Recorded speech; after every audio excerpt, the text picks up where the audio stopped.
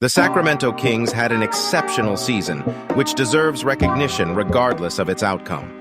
They accomplished the remarkable feat of ending their 16-year playoff drought by taking the defending champions to a thrilling 7-game series. As a third seed, they defied expectations and added excitement to the race. Comparatively, cities like Boston and Los Angeles have become accustomed to playoff appearances, while even the Knicks, despite their championship drought, expect postseason action. In Sacramento, the passion for basketball is insatiable, demonstrating its importance as a lifeline for many.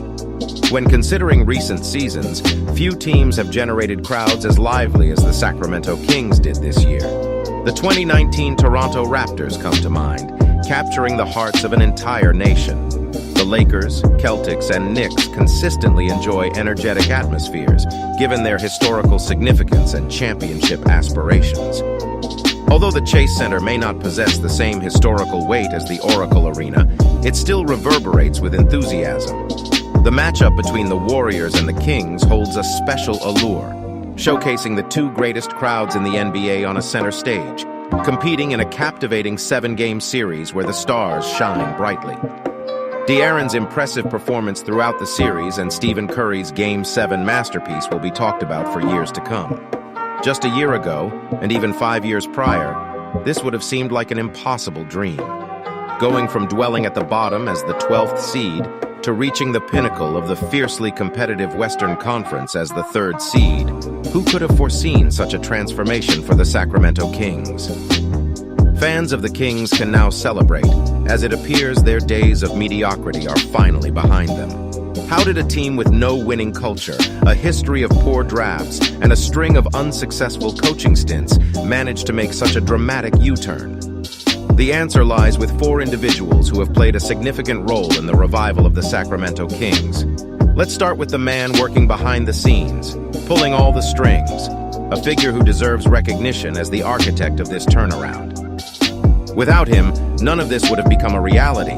He is responsible for setting the stage, as building a contender requires a solid foundation. In just a brief 2-year window, Monte McNair skillfully laid out that foundation, taking the Kings from a state of historical poverty to a model organization since his arrival. McNair's decisions have been virtually flawless thus far. Even the ones that initially drew criticism have proven to be perfect moves in hindsight. His visionary perspective, unseen by others, has rightfully earned him recognition as the Executive of the Year and a revered position among the game's best general managers. McNair's appointment was announced in October 2020, and in November of the same year, he drafted the current All-Star Tyrese Halliburton with the 12th overall pick. In the following year, McNair astutely identified a gap in the team's defense and addressed it by selecting the highly talented defensive player Davion Mitchell as the 9th overall draft pick. Continuing his streak of shrewd choices, he then picked Keegan Murray, a forward from Iowa who faced criticism at the time. However, Murray silenced the skeptics by setting a new record for rookie three-pointers by the end of his first season. When it comes to the NBA draft, McNair's track record is flawless, batting 1,000. But his impact goes beyond the draft, as he lays the groundwork through strategic findings in free agency and crucial trades, including a significant one that I'll discuss shortly. This man was the catalyst for change. Prior to his arrival, the Kings held the unfortunate distinction of being the league's worst franchise. Now, just 2 years later, there are numerous organizations that would eagerly trade places with them. Coach Mike Brown has long been a prominent name in discussions surrounding new head coaching hires. With a decorated career spanning 3 decades, he boasts an impressive resume, including winning multiple accolades. He secured a championship in 2003 as part of the San Antonio Spurs under the guidance of the esteemed Greg Popovich. In 2005, he was granted his first opportunity to lead a team when he became the head coach of the Cleveland Cavaliers, where he mentored a young LeBron James on their journey to the NBA Finals. Brown's coaching prowess earned him the Coach of the Year award in 2009. Following that, he experienced a brief and tumultuous tenure in Los Angeles, coaching players like Dwight Howard during his post-injury phase and an aging Kobe Bryant and Steve Nash. Following his abrupt dismissal in a mere 5 games, a record-setting feat in itself, it becomes evident that Mike Brown's coaching was far from the Lakers' primary concern. However, one could delve deep into the entire era of Lakers basketball to examine this further. But let's shift our focus. Brown would go on to have another brief stint, lasting only a year, with the Cleveland Cavaliers, where he coached a young Kyrie Irving and an inexperienced, less talented Cavs team, resulting in a subpar record. After experiencing 2 consecutive coaching failures, Brown found himself back in the lab, diligently working towards his next opportunity. And it turned out to be a triumphant one, a championship opportunity. Having previously crossed paths with Steve Kerr during their time in San Antonio, where Brown served as Kerr's coach, fate brought them together once again when Kerr assumed the coaching position for the Warriors. Brown was enlisted as an assistant coach for what would ultimately become the iconic Warriors dynasty. Following their remarkable run in the previous year's finals, it was now Brown's turn to take the helm. Armed with invaluable knowledge of the winning culture and groundbreaking basketball philosophies of the Golden State Warriors, he brought these principles with him to Sacramento. Despite initial skepticism from some, Coach Brown possessed unwavering faith in the untapped talent residing within the Kings roster. He knew he possessed the coaching prowess necessary to unlock their full potential. Implementing an offensive system that bore striking similarities to the Warriors, Mike Brown's coaching resulted in an offensive juggernaut that operated at an unprecedented level throughout the entirety of the season. The ideal candidate to guide a youthful team towards glory emerged. In the pursuit of greatness, the Sacramento Kings understood that risks and sacrifices were necessary. One such sacrifice involved trading a beloved young guard who held deep affection for the organization in order to acquire an established star. His, of course, refers to Tyrese Halliburton. The all-star guard embodied the spirit of Sacramento, genuinely cherishing his time on the court and displaying a rare loyalty, especially within the confines of Sacramento. Thus, betraying him in such a manner was an egregious act, prompting widespread criticism directed at the Kings. Not only was the trade perceived as heartless, but surrendering a promising young star and one of the most exceptional shooters in recent memory for Sabonis seemed imbalanced. At the time, there were even individuals who genuinely believed that Sacramento should have built their team around Halliburton rather than Fox.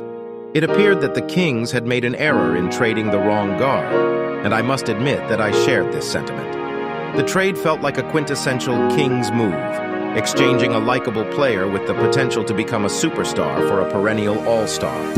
However, I now confess that I was mistaken. This trade stands as one of the most mutually beneficial deals in recent history. Indiana acquired a genuine standout in Halliburton, who earned an all-star nod in his inaugural year as a leading figure. On the other hand, Sacramento obtained a multi-time all-star who perfectly complemented their superstar. Although Sabonis performed disappointingly against the Warriors, had he displayed his usual regular season standards, I firmly believe that the Kings would have emerged victorious. But a single playoff series should not diminish a player's overall accomplishments.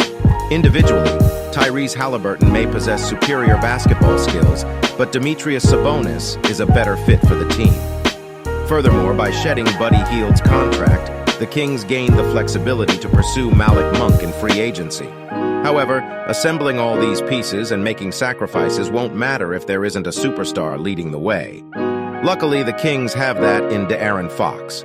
In the words of Mark Jones, he is a quasar, a term referring to bright and gravitationally powerful active galactic nuclei. In simpler terms, Fox is a dominant force on the court, both fierce and incredibly skilled. He has proven to be one of the most lethal closers in the league, thriving in high-pressure moments and earning the title of King of the Fourth Quarter. That's the epitome of a true closer. The ranks of the greatest closers in basketball history boast legendary names like Kobe Bryant, Damian Lillard, often regarded as the most clutch player ever, Michael Jordan, LeBron James, Paul Pierce, Joe Johnson, and a select few others. It's an exclusive club, as not even some of the game's greatest players can make the cut. Closing out games requires a unique breed of athlete. When the pressure mounts, there are individuals who consistently rise to the occasion, blocking out distractions and not only performing but elevating their game. Being clutch is no easy feat, unless you belong to the aforementioned group or you're De'Aaron Fox. He was crowned the inaugural Clutch Player of the Year, ranking as the top scorer in clutch situations this season, defined as the last 5 minutes of a game when the team is leading or trailing by 5 points or fewer. Additionally, he is the second highest scorer in total fourth quarter points, trailing Kyrie Irving by a mere 4 points. Given his exceptional season, Fox had a firm grasp on the trophy even before the All-Star break. The architect, the mastermind, the one who made sacrifices, and the closer, these 4 individuals bear the responsibility for the resurgence of the Sacramento Kings. However, success in the game isn't achieved by relying solely on 4 individuals. In fact, having only 4 players on the court wouldn't lead to any victories at all. It's essential to acknowledge the rest of the front office, coaching staff, and the entire roster who made significant contributions. Without them, the team wouldn't be what it is today. De'Aaron Fox's co-star Delmas and his reliable partner Malik Monk, who is a strong contender for the 6th Man of the Year award, along with the seasoned veteran Harrison Barnes, the sharpshooting rookie Keegan Murray, the relentless Davion Mitchell, the versatile Kevin Huerter, and all the other players, each played a crucial role. Together, they have formed the most potent offense in the league, and every individual has made valuable contributions. The resurgence of this team was destined because a true king does not bow down and resign in defeat. A king rises above all challenges, and soon, the Sacramento Kings may just embody that spirit. Thanks for watching.